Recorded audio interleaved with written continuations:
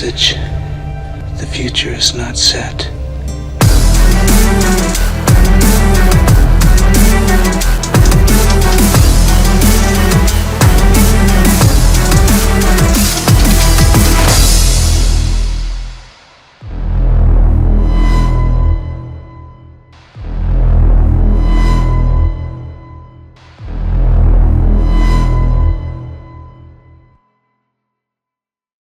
Hi there, thank you for having me today.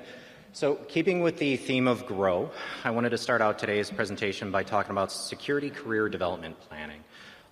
So as we kind of go through here, let me just, boop. The first thing I always like to start out with is the information security disclaimer that anything talked about today does not represent my organization, but it reflects my opinions, my career, my opportunities that we've experienced throughout the years. So please don't take this as ATC's opinion, but as my own. So the first thing that I want to do, and the reason that this is relevant to my presentation, is that it will help inform some of the categories, so bear with me here. A brief overview of my family here is the loving woman on the left-hand side is not threatening me to get married. We had already consented by that point. That is my wife, Jo. In the middle, you'll see my two sons, Luke Skywalker, which is very funny because my last name is Young, so it's Young Luke Skywalker in school's transcript. And then Emery, who is my middle son. On the bottom right, you'll see my daughter, Oren. And on the top, you'll see my dog, Stanford.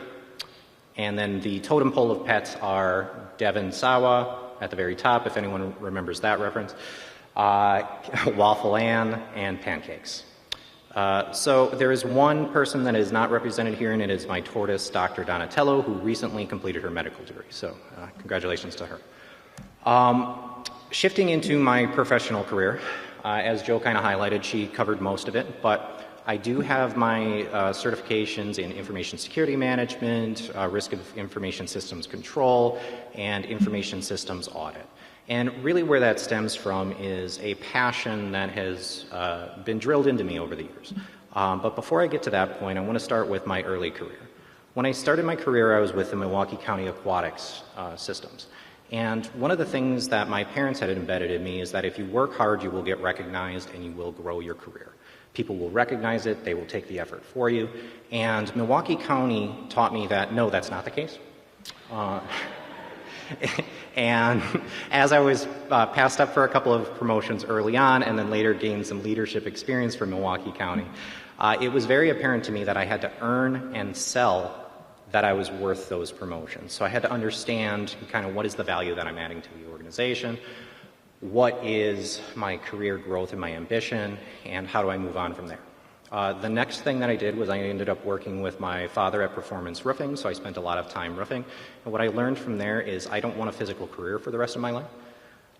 Climbing up on roofs is very challenging, but it gives you a lot of good opportunity to fix some of the internal workings of an individual. I was very introverted, working with a bunch of roofers. They swear a lot. Sorry to my team in advance.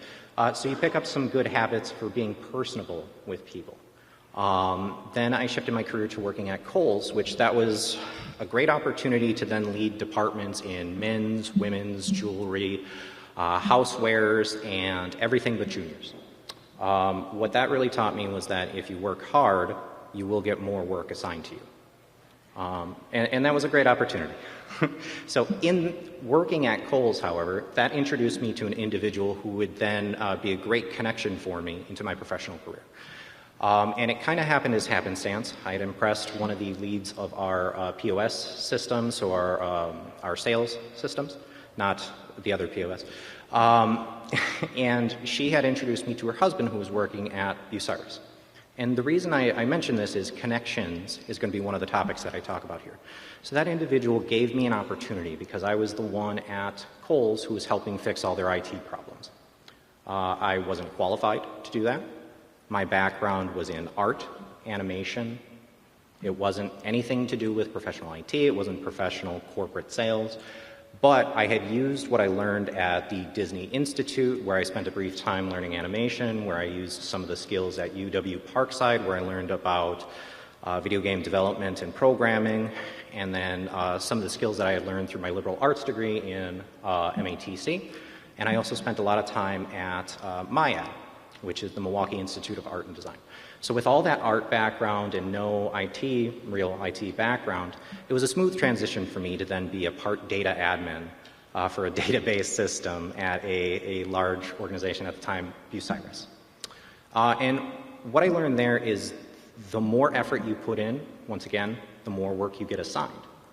But that's what I was looking for to develop and scope my career, because I wanted to be informed of what was going on in the business. I wanted to grow into all of these areas. And that actually led to a merger and acquisition that came at a later date for Caterpillar. And when we were, BSides is a mining organization based out of South Milwaukee. We were acquired by Caterpillar, which is a large mining equipment organization. But they deal with smaller tools. They do a lot more automation than we were used to. And it changed our business model. And what that allowed me to do was then learn about things like project management, mergers and acquisitions, and it actually moved me into the compliance arena, so I now understood what are laws and regulations that apply, how do we do international mergers, how do you deal with countries like Brazil or Germany, where they have specific works councils that were way ahead of their times for things like data privacy. And it was a great opportunity. But the big thing I learned from Caterpillar was that if you do not come to the table and negotiate your salary, you will not earn a good salary. So you have to be informed, and you have to go out and do your own training.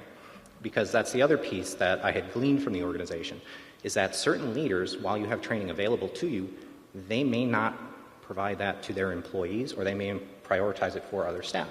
So what I did was I took a step back and I said, how do I grow my career if the company doesn't want to give me the training, or me and my management don't align on my career goals? What do I need to do to grow?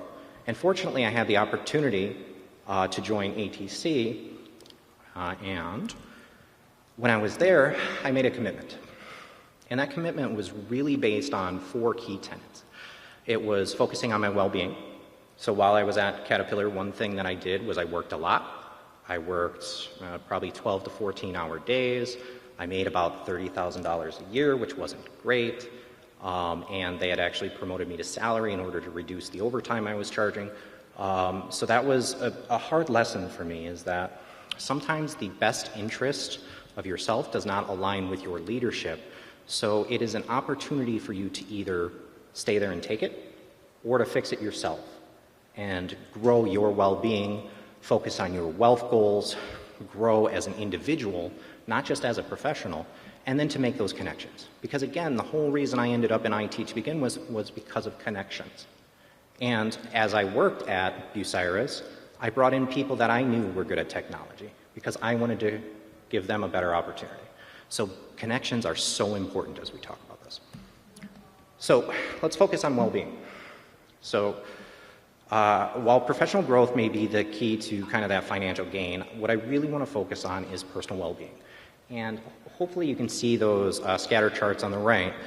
But what they are is a loose interpretation of what's called the Sephirot, which, if anyone's heard that or is familiar with Judaism, it's the tree of life. And what it focuses on are 2 key elements, one being independence, one being ego. And what it gave me was the opportunity to make it into a maturity assessment, because why not? Okay, no laughs. I'll take the pity. So as I went through it, I wanted to sit down and figure out, with my life going the way that it's going, how do I improve my mental health? How do I improve my physical health? How do I know what I should even be working on? Should I be working on education? Should I be working on my ability to speak to others, etc.? So I created targets for myself, because I wanted to focus on not only that financial side, but personal growth and development. I set targets for myself in training.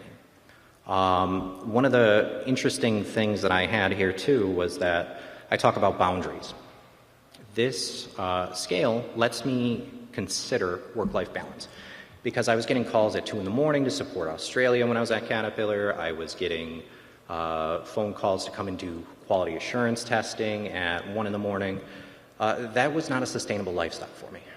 Now I limit those to, let's say, 10 to 12 hours daily now, but that's my choice.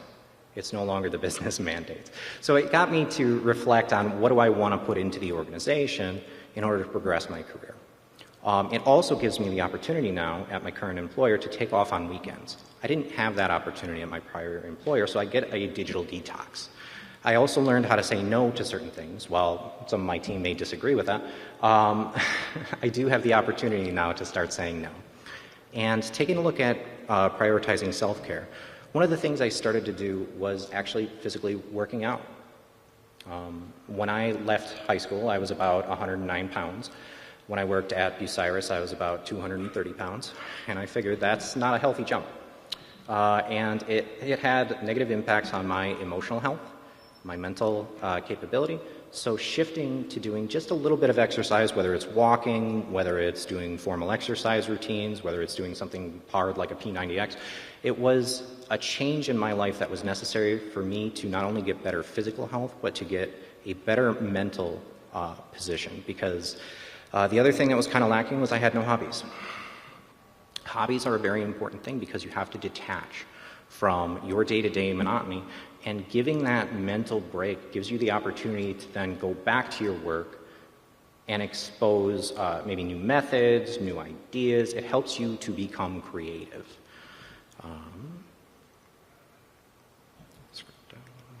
All right, building strong relationships. One of the opportunities that I had was with ATC. I also had the opportunity to now start training.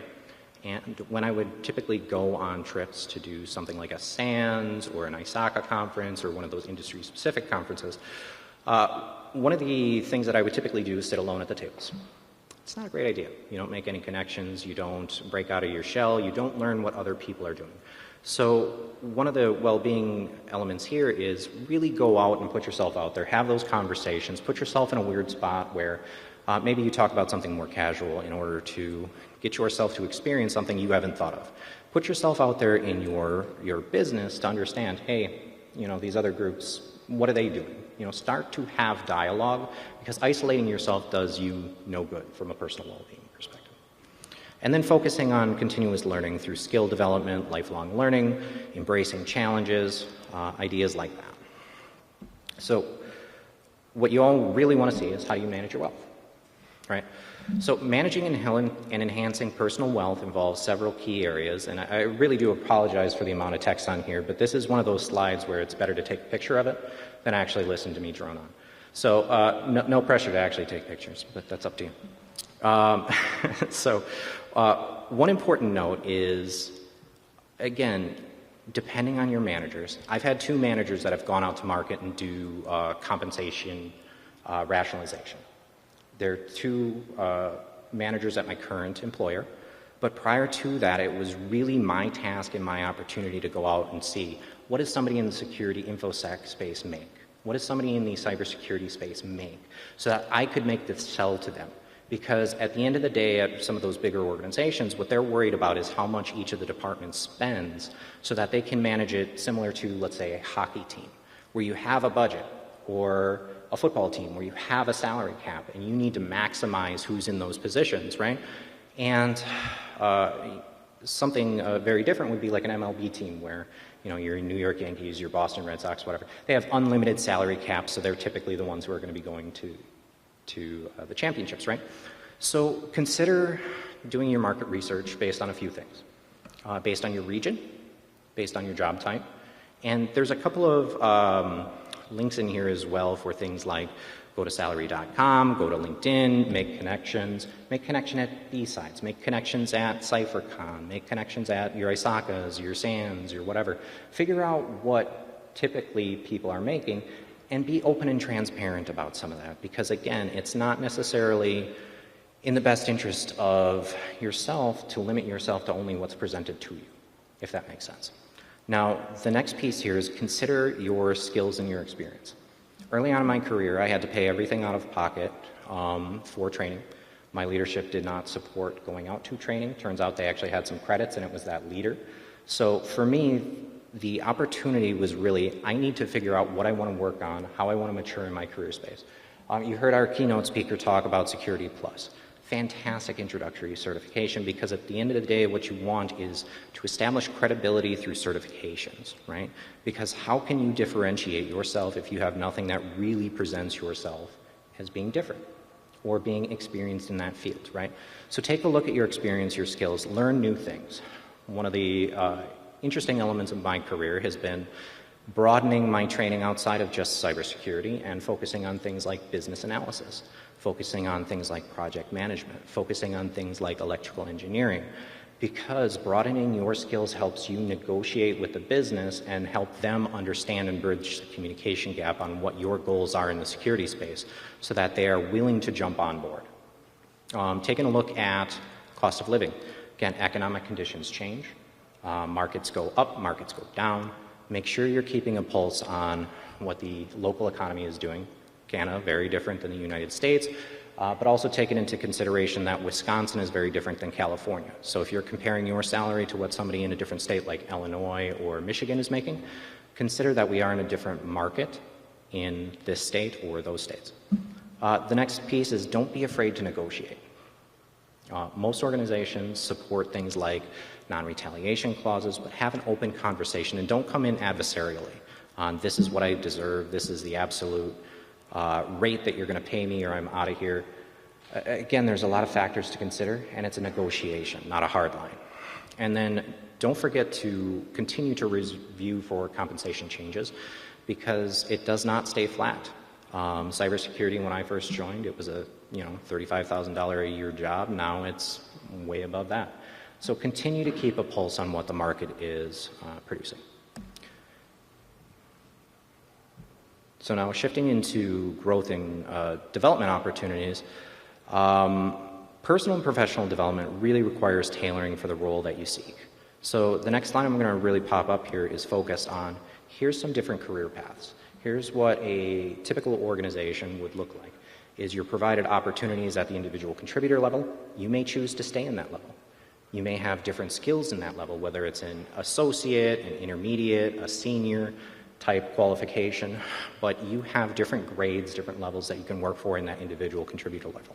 And you have a key decision to make at that point is, do you want to specialize in your area? Do you want to move somewhere else? Do you want to become an internal consultant or a principal level resource and stay on that knowledge management track where you are the person everyone goes to for that subject matter? Or do you want to move into leadership? Because those are different skill sets, but there is a lot of alignment in soft skills and technical skills. If you want to remain a very technical individual, being an individual contributor, fantastic. Moving into that consultant path, fantastic. But as you become that subject matter expert, please consider things like soft skills, relationship management, for example. I promote organizations like BRMI, which is the Business Relationship Management Institute, because it helps you talk to the business so that you can grow your career.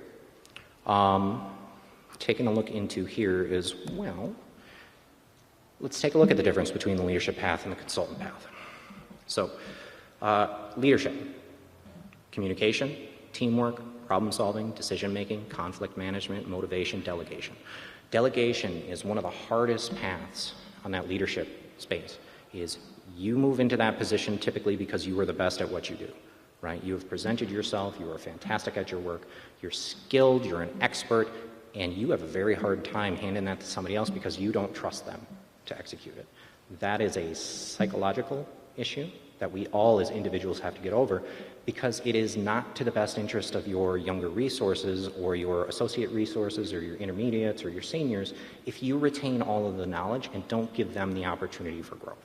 So delegation really is the hardest path on the leadership route. Consultant and principal.